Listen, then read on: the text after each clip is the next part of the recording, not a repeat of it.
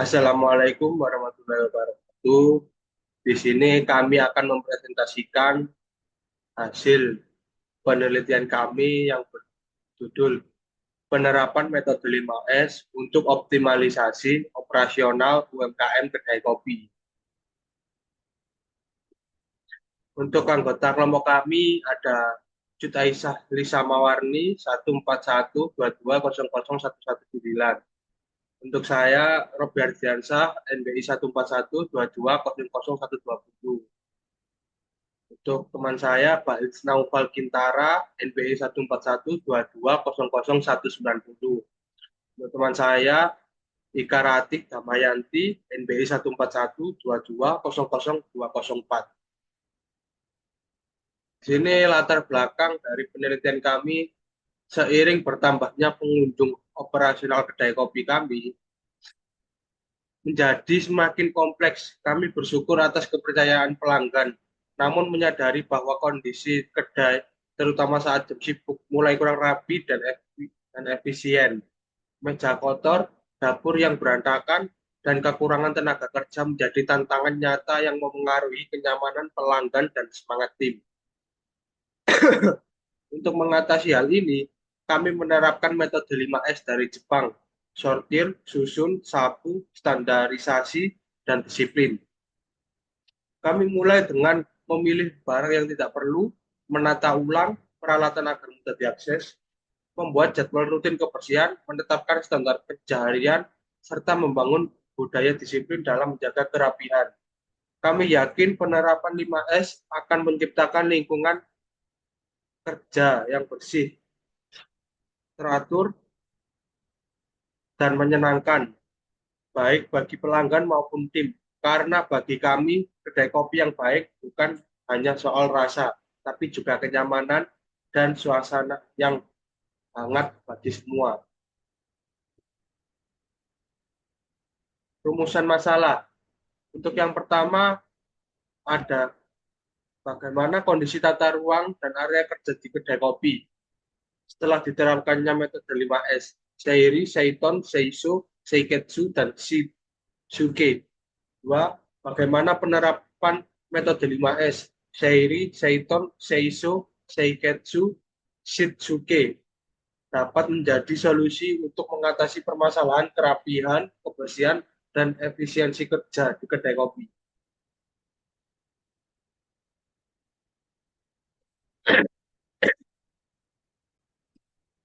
Selanjutnya, yaitu tujuan penelitian untuk mengetahui kondisi tata ruang dan area kerja di kedai kopi setelah diterapkan metode 5S, Seiri, Seiton, Seiso, Seiketsu, dan Shitsuke.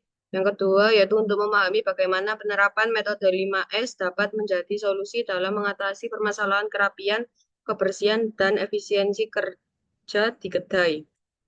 Selanjutnya, yaitu penerapan metode penelitian dilakukan dengan mengunjungi lokasi langsung ke kedai kopi, serta melakukan observasi dan wawancara terhadap narasumber utama, yaitu pemilik kedai. Pemilihan narasumber dilakukan secara purposif karena pemilik kedai memahami secara menyeluruh mengenai operasional, permasalahan yang dihadapi, serta penerapan metode 5S yang baru diterapkan. Selanjutnya, pembahasan Seiri, yaitu memilah barang di area kerja dan menyingkirkan yang tidak diperlukan. Tujuannya adalah mengurangi kekacauan, menyisakan barang penting saja sehingga area kerja lebih rapi dan efisien. Yang kedua yaitu Seiton, yaitu menata barang secara teratur sesuai alur kerja agar mudah diakses. Tujuannya adalah mempercepat pencarian, memudahkan penggunaan, dan mengurangi kesalahan. Yang ketiga yaitu Seiso, bersih tahap pembersihan seluruh area kerja, alat, dan mesin secara rutin, tujuannya menjaga kebersihan, kenyamanan.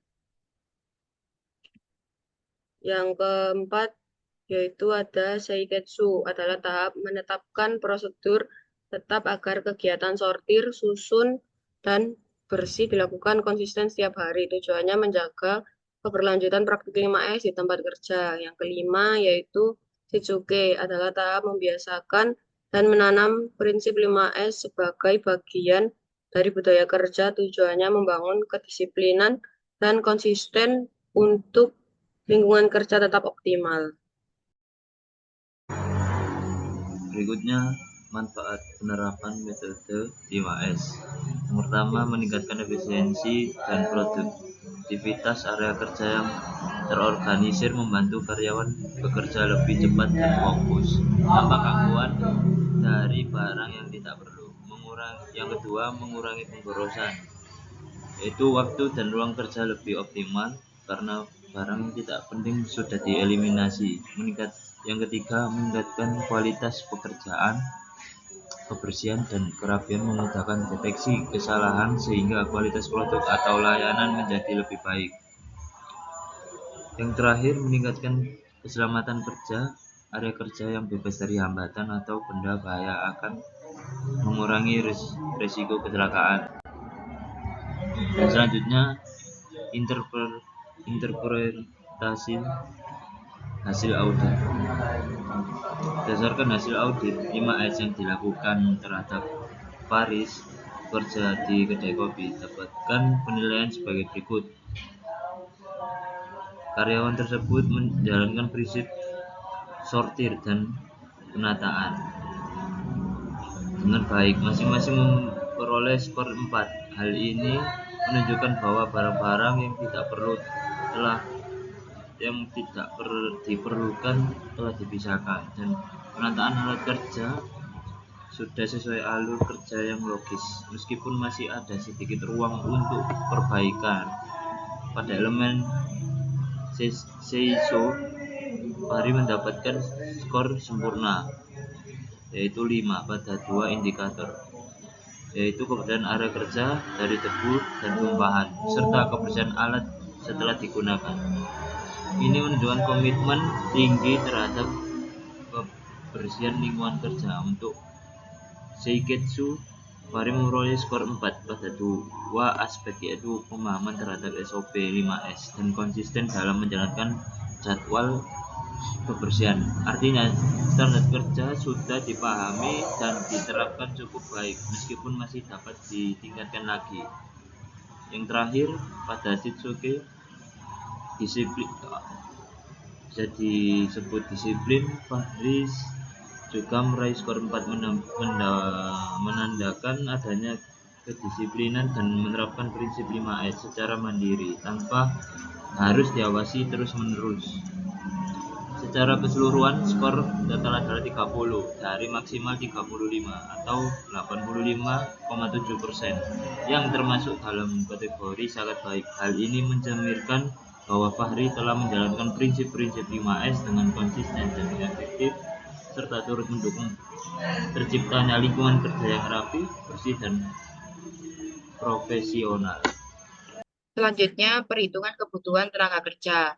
Yang pertama, kita dapat data pengunjung mingguan, yaitu minggu 1 dan 2 dari Senin sampai Minggu. Untuk minggu 1, Senin 77, minggu 2 79, Selasa 74, minggu kedua 67, dan seterusnya. Kita dapat rata-rata, yaitu dari rata-rata Senin minggu 1 dan minggu 2, yaitu 78, dan rata-rata minggu 1 Senin sampai Minggu itu 621, untuk minggu 2 601. Lalu kita menghitung rata-rata pelanggan, yaitu 87 dari rata-rata Senin sampai Minggu. Lalu setelah didapatkan jumlah rata-rata Senin sampai Minggu, kita mendapat 87 itu tadi dibagi 2 karena minggu 1 dan 2. Yang didapat yaitu satu karyawan melayani 44 pelanggan. Dengan selanjutnya yaitu jumlah karyawan yang diperlukan. Setelah itu kita hitung rata-rata pelanggan harian dibagi dengan 44, akan dihasilkan kebutuhan tenaga kerja per hari, lalu berlanjut ke atas untuk antisipasi lonjakan tamu. Seperti pada Senin, jumlah karyawan yang diperlukan yaitu 2, Selasa 2, Rabu 2, hingga Kamis 2, Jumat sampai Minggu yaitu 3. Lalu di sini kita dapat ringkasan kebutuhan tenaga kerja. Untuk Senin itu rata-rata pelanggan, kan kita dapat tadi 78 dan seterusnya. Untuk Senin, maka kita akan mendapat kebutuhan pelanggan yaitu 2 hingga Kamis 2, Jumat sampai Minggu 3.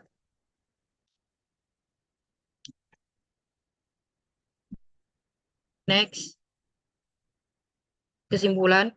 Untuk permasalahan pertama menunjukkan bahwa skor akhir 85% menempatkan penerapan metode 5S di lingkungan kerja dalam kategori sangat baik. Hal ini menandakan bahwa prinsip-prinsip 5S telah diterapkan secara konsisten dan efektif, yaitu meliputi 1. Seiri atau sortir, barang yang tidak diperlukan telah disingkirkan sehingga area kerja menjadi lebih efisien dan tertata. 2. Seiton atau susun, alat, bahan, dan dokumentasi ditata secara teratur untuk mempermudah pencarian dan penggunaan. C. Seiso atau bersih, kebersihan tempat kerja terjaga secara rutin sebagai bagian dari aktivitas harian. D. Seiketsu, standarisasi, prosedur kerja dan kebersihan telah distandarkan dan dijalankan secara konsisten. E. Shitsuke, disiplin, disiplin kerja dan semangat perbaikan berkelanjutan sudah menjadi bagian dari budaya tim. Untuk permasalahan kedua, yaitu menunjukkan berdasarkan rata-rata jumlah pelanggan harian dan kebutuhan tenaga kerja diperoleh beberapa kesimpulan berikut. Untuk yang pertama, pada hari Senin hingga Kamis, jumlah pelanggan rata-rata berkisar antara 70,5 hingga 79 orang per hari. Jumlah ini dapat ditangani secara optimal oleh 2 karyawan karena beban kerja relatif stabil. Untuk Jumat dan Minggu menunjukkan peningkatan signifikan dengan rata-rata 96 hingga 113 pelanggan per hari. Kondisi ini memerlukan 3 orang tenaga kerja untuk menjaga kelancaran operasional dan kualitas layanan. 3. Pola kebutuhan tenaga kerja yang meningkat di akhir pekan mencerminkan tren lonjakan aktivitas. Kemungkinan dipengaruhi oleh waktu luang pelanggan atau kebiasaan berkunjung saat akhir pekan. Untuk yang keempat, informasi ini penting sebagai dasar perencanaan jadwal kerja yang fleksibel. Agar penempatan tenaga kerja lebih tepat, menghindari kekurangan atau kelebihan staf, serta menjaga efisiensi dan kepuasan pelanggan. Kesimpulan yang permasalahan, di sini ada dokumentasi dari before dan after Seiso, yaitu penataan. Yang kedua juga sama, before dan afternya. Untuk yang ketiga pun sama. Di sini ada dokumentasi wawancara serta kunjungan kami. Terima kasih. Wassalamualaikum warahmatullahi wabarakatuh.